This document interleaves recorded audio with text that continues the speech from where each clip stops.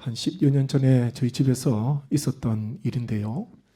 제가 새벽 기도를 갔다가 교육자실에서 이런저런 일을 한 후에 아침 식사 때가 되어서 사택을 갔습니다.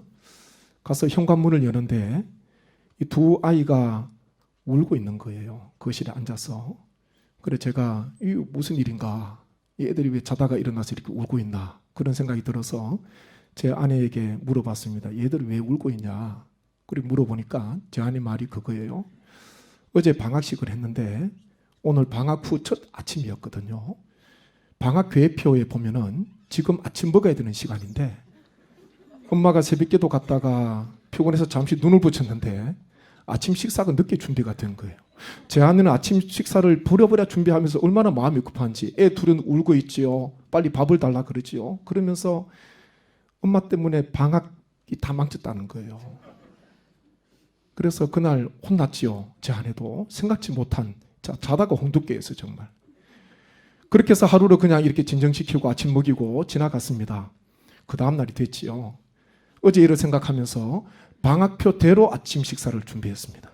아침밥을 다 준비해놨는데 보니까 이제는 애들이 안 일어나요. 어제 그렇게 울던 애들이 엄마 때문에 방학 일과표 다 망쳤다고 그렇게 울던 애들이 쿨쿨 자고 있습니다.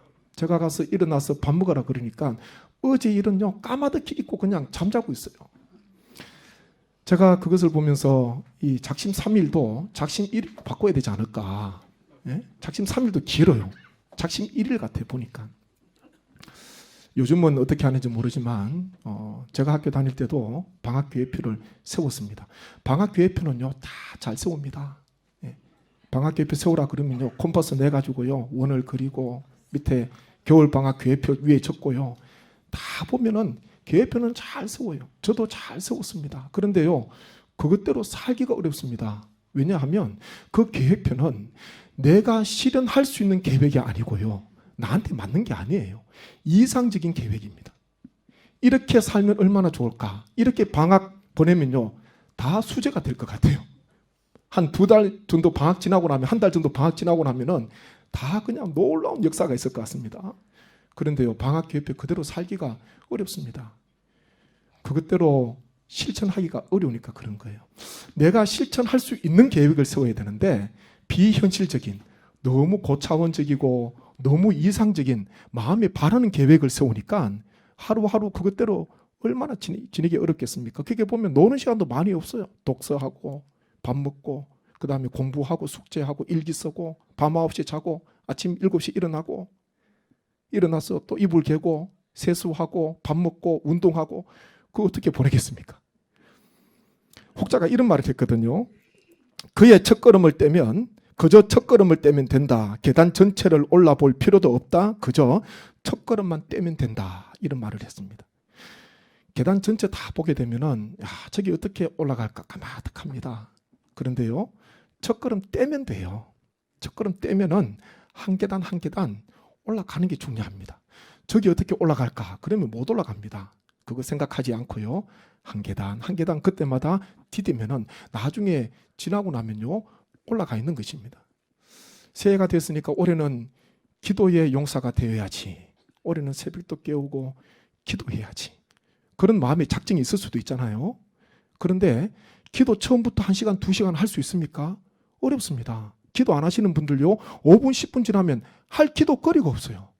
할 기도거리가 없습니다. 했던 기도 또 하고 했던 기도 또 하고. 기도 1시간 하기 위해서는 처음부터 오늘 1시간 해야지. 그분은요 내일 새벽 기도 때 안 보입니다. 지쳐가지고.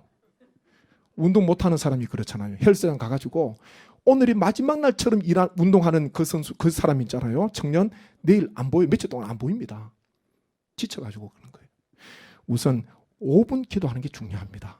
5분 기도했으면요 10분으로 늘리는 거예요. 10분 기도하잖아요. 20분 늘리는 거예요. 그러면은 50분 1시간도요 시간이 금방 갑니다. 한 계단 한 계단 올라가는 게 중요합니다. 오늘 말씀에 보면은 룻이 나오미와 함께 베들레헴으로 돌아왔잖아요.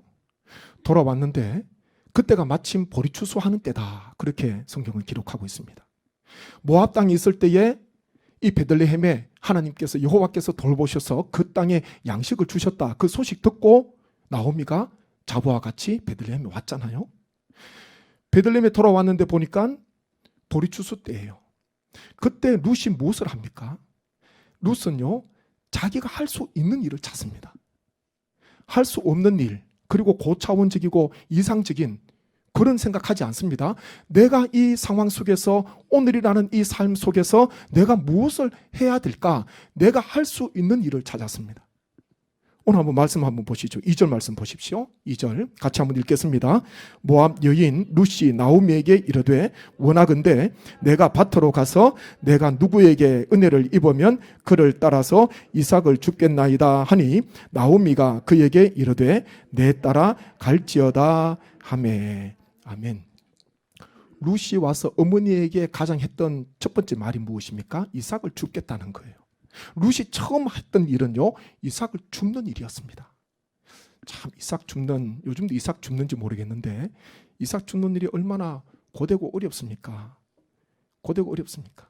밀레라는 프랑스 화가가 이삭 줍기라는 그 풍경화를 그렸지 않습니까? 일상적인 그런 그림을 많이 그렸는데 다 여인들이요, 일하다가 허리 펴기도 하고 그렇게 힘들게 이삭을 줍지 않습니까? 룻은요, 이 모압에서 돌아오고 난 뒤에 이삭 줍는 이 일, 어떻게 보면은 하찮은 일입니다.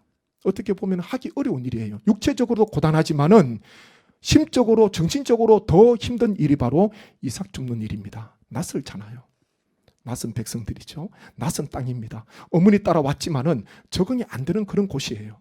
그래도 이삭은, 룻은요, 그냥 주저앉아 있지 않고 내가 오늘 무엇을 해야 될까?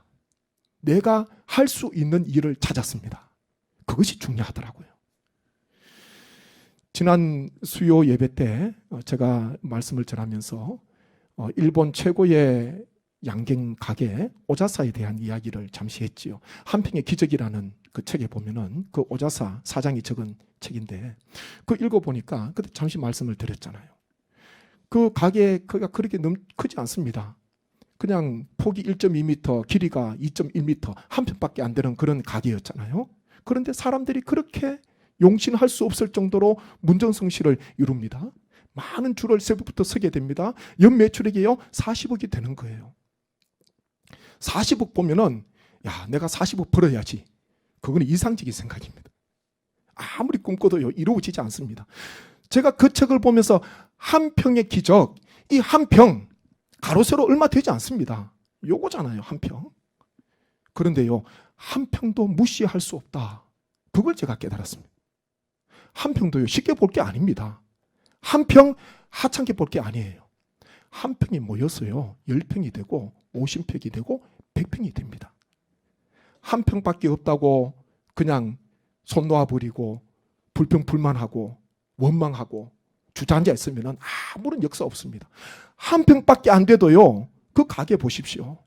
다른 넓은 평수를 가지고 있는 가게보다도, 옆에 있는 가게보다도 더 많은 사람들이 와요. 제가 그런 이야기를 했잖아요. 그 사장이 어떤 꿈이 있었다고요?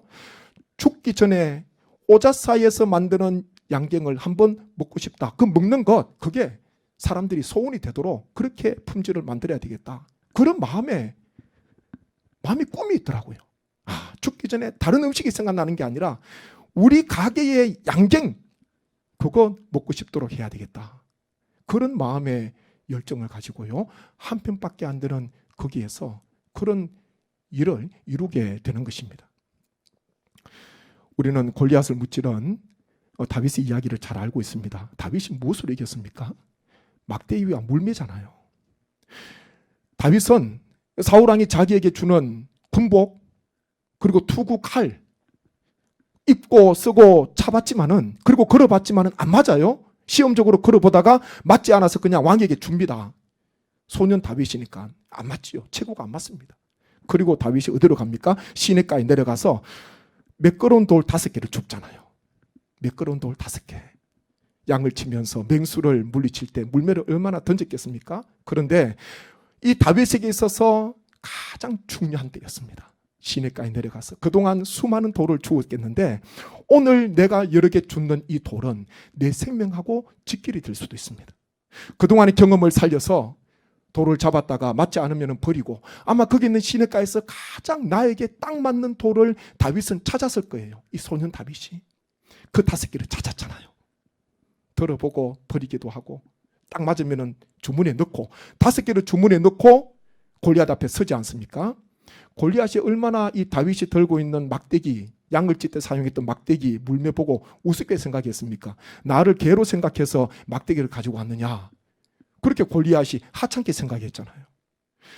블레셋 사람들도 아마 그 소년 다윗을 보면서 우습게 여겼을 것입니다. 비웃었을 것입니다. 그런데요, 결과는 어떻게 됩니까? 물맷돌, 이 매끄러운 돌 5개를 준비했는데 4개는 사용도 안 했습니다. 단 하나 사용했어요. 너는 칼과 창과 단창으로 내게 오지만 나는 내가 모욕하는 이스라엘 군대 하나님의 이름으로 내게 간다, 그러면서 달려가잖아요. 그리고 물매를 돌리면서 힘껏 던지지 않습니까? 그 돌이요, 돌 하나가 이 골리앗의 이마에 박히는 거예요. 그리고 그 2m가 훨씬 넘는 그 장수가, 그 큰 덩치가요, 엎드러졌습니다. 갑옷도 입었죠. 투구도 썼습니다. 그리고 칼과 단창도 있었습니다. 부족할 게 하나도 없었어요. 그런데 물매에 쓰러졌습니다. 소년 다윗, 상대가 안 되는 그런 상황이지요. 하나님께서는 다윗의 손에 없는 것을 사용하지 않고요, 다윗의 손에 있는 것을 사용했습니다. 그것이 중요합니다. 하나님께서는 내 손에 있는 것을 사용하세요. 다윗은 그 있는 물매를 통해서 하나님의 놀라운 역사를 보게 되고, 그 물매만 보면 너무나 연약하잖아요. 이것으로 뭘 할까 생각되지만 그 위에 하나님께서 능력을 부어주시고 하나님께서 역사해 주시니까, 힘을 더해 주시니까 골리앗을 넘어뜨리는 정말 최고의, 칼보다도 더 좋은 무기가 되었지 않습니까? 내 손에 있는 건 하찮게 여기지 마십시오. 내 가정에 있는 것, 내 삶에 있는 것 한 편밖에 안 된다 하더라도요, 하찮게 보지 마십시오.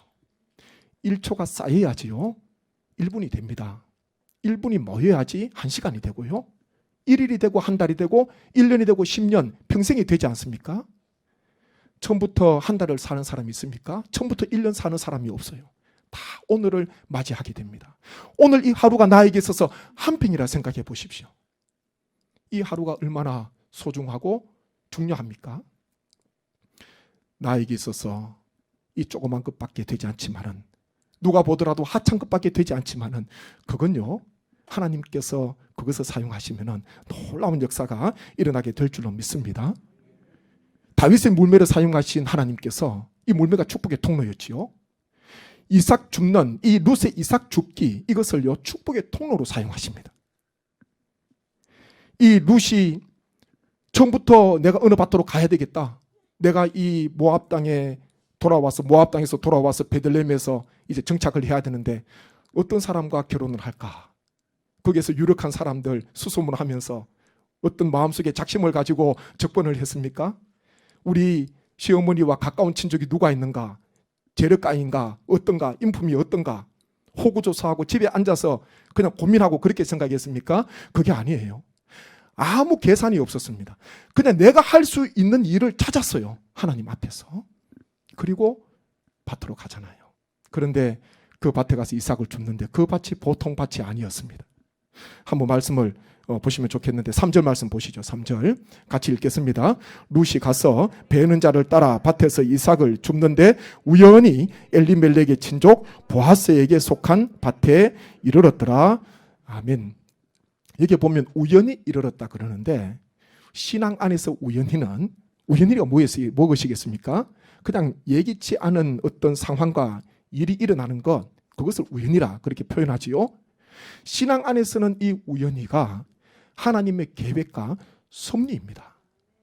우리에게 있어서 우연히 일어나는 게 없습니다. 다 하나님의 계획하심이고 하나님의 인도하심이고 하나님의 섭리입니다. 마태복음 10장 29절부터 31절 보십시오. 참새 2마리가 한 아사리온에 팔리지 않느냐? 그러나 너희 아버지께서 허락하지 아니하시면 그 하나도 땅에 떨어지지 아니하리라. 너희에게는 머리털까지 다 세신 바 되었나니 두려워하지 말라. 너희는 많은 참새보다 귀하니라. 아멘. 참새 2마리가 한 아사리온에 팔리는데 이것도 얼마나 사소한 일입니까? 얼마나 하찮은 일입니까? 아무도 관심 안 두는 거예요. 그런데 이것도 하나님 아버지께서 허락하지 아니하시면 하나도 땅에 떨어지지 않는다, 팔려가지 않는다, 그렇게 말씀을 하고 있습니다. 그러면서 뒤에요 30절에 너희에게는 머리털까지 다 세신 바가 되었다, 그렇게 말씀합니다. 그러면서 너희는 얼마나 귀한지 모른다, 예수님께서 말씀을 하셨습니다. 머리털까지 세신 바 되는 하나님께서 우리의 머리털을 세신다는 이 표현이 무엇이겠습니까? 우리에게 그만큼 관심이 많다는 거예요. 세밀하게 우리를 감찰하시고 우리를 귀하게 보시고 우리를 사랑하시고 우리를 지극한 마음으로요 하나님께서 우리를 사랑해 주시는 것, 그것이 이 표현 속에 들어있는 것 아닙니까? 자기의 머리카락 셀 수도 없지요. 셀 수도 없을 뿐더러 세어도 아무런 의미가 없는 것은 밤에 빠지고 아침에 빠지기 때문에 아무런 의미가 없습니다. 하나님께서는 우리의 이 머리털까지도 하나님께서는 세신다. 얼마나 우리를 귀하게 여기시면은 우연히 일어나는 게 아무것도 없습니다. 하나님께서 모든 섭리와 계획하심 속에 우리의 걸음을 지금까지 인도하셨고 앞으로도 하나님께서 끝날까지 함께 해 주실 줄 믿습니다. 이삭 주우러 왔는데요, 보니까 엘리멜렉 친족인 보아스 밭에 온 겁니다. 참 이게 얼마나 하나님의 큰 인도하심입니까? 우연이 아니라 하나님께서 섭리해 주셨고 하나님께서 인도해 주셨습니다. 거기에도 얼마나 많은 밭이 있었겠습니까? 그런데요 보아스 밭으로 인도해 준 거예요. 그 밭이 얼마나 복된 밭인가. 말씀에 보면요 그렇게 서로 인사를 하잖아요. 하나님 말씀을 보게 되면 7절에 보면 그렇게 인사를 하지요. 4절입니다. 보아스가 베들레헴으로부터 와서 베는 자들에게 여호와께서 너희와 함께 하시기를 원하노라, 그렇게 말하니까 베는 자들은 보아스에게요 주인에게 여호와께서 당신에게 복 주시기를 원하나이다, 그렇게 인사를 하고 있습니다. 일하는 사람들과 보아스의 관계가 얼마나 좋습니까? 일꾼들에게 하나님께서 너희와 함께 하시기를 원한다. 일꾼들은 주인에게 여호와께서 당신에게 복 주시기를 원합니다. 그렇게 서로 인사를 하고 있잖아요. 축복의 장소예요. 하나님께서 가장 좋은 밭으로 이 룻을 인도해 주십니다. 그 밭으로 인도해 주셨습니다. 이삭 줍는 것으로 마치지 않았습니다. 이삭 줍는 게요 큰 축복의 통로가 되어서 보아스를 만나게 되는 그런 일이 일어나지 않습니까? 그러면서 이 보아스가 사환에게 물어보지요. 이 소녀가 누구냐 그렇게 물어봅니다. 그때의 사환이 이 주인에게 보아스에게 이런 말을 합니다. 룻기 2장 6절 7절 말씀 한번 보십시오. 6절 7절 말씀 한번 보십시오. 베는 자를 거느린 사환이 대답하여 이르되 이는 나오미와 함께 모압 지방에서 돌아온 모압 소녀인데 그의 말이 나로 베는 자를 따라 단 사이에서 이삭을 줍게 하소서 하였고 아침부터 와서는 잠시 집에서 쉰 외에 지금까지 계속하는 중이니이다. 아멘. 이 사환이 보아스에게 어떻게 말을 합니까? 이 룻의 모습을 생각하면서요 아침부터 왔는데 와서 아마 자기가 뒤따라가면서 이삭을 줍도록 허락해 주십시오, 그런 청을 했겠죠. 허락을 받아서 아침부터 와서 일하는데 잠시 집에서 쉰 시간 것 빼고는, 잠시 쉰 것 외에는 지금까지 계속해서 열심히 일을 하고 있습니다. 그 이야기를 합니다.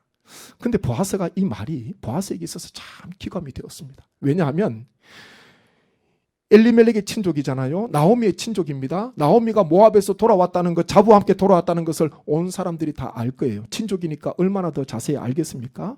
그러면서 이 룻이 자기 남편 죽고 난 뒤에 시어머니에게 어떻게 했는지를, 어떻게 대했는지를 너무나 잘 알고 있는 거예요. 보아스가.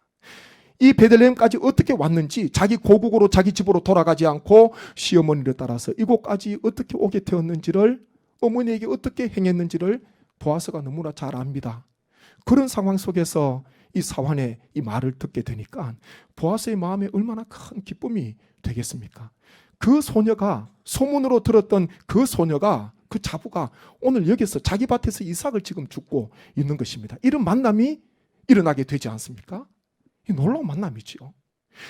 이삭 줍는 것만 보게 되면은 허드렛 일입니다. 그리고 인기 없는 일이에요. 하찮은 일입니다. 다 꺼려하는 일일 수도 있습니다. 그런데 하나님께서는 이삭을 줍는 이 일을 통해서, 이게 목적이 아니라 이것을 통해서요 보아스를 만나게 하시고요, 그리고 보아스와의 만남을 통하여서 다시 가정이 세워지게 되는 나오미와 룻의 인생이 새롭게 살아나게 되고 새롭게 번성하게 되는 이 출발 지점이 바로 이 밭이 되었잖아요. 이삭 죽는 그런 상황이 된 것입니다.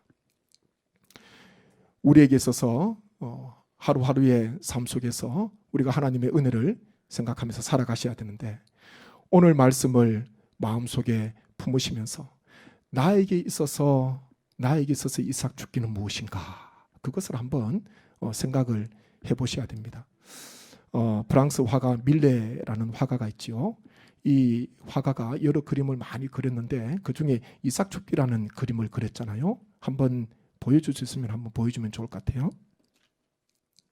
이삭 죽기라는 이 그림인데 밀레가 파리에서 좋은 도시에서는 성공하지 못했습니다.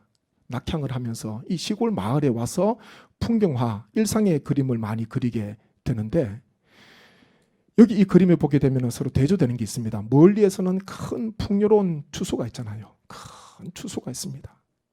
거기에는 햇빛이 있어서 환하잖아요. 근데 가까이 새 아낙네가 죽고 있는 이 이삭 줍는 이곳에는요, 어두운 그림자가 있습니다. 음산하잖아요.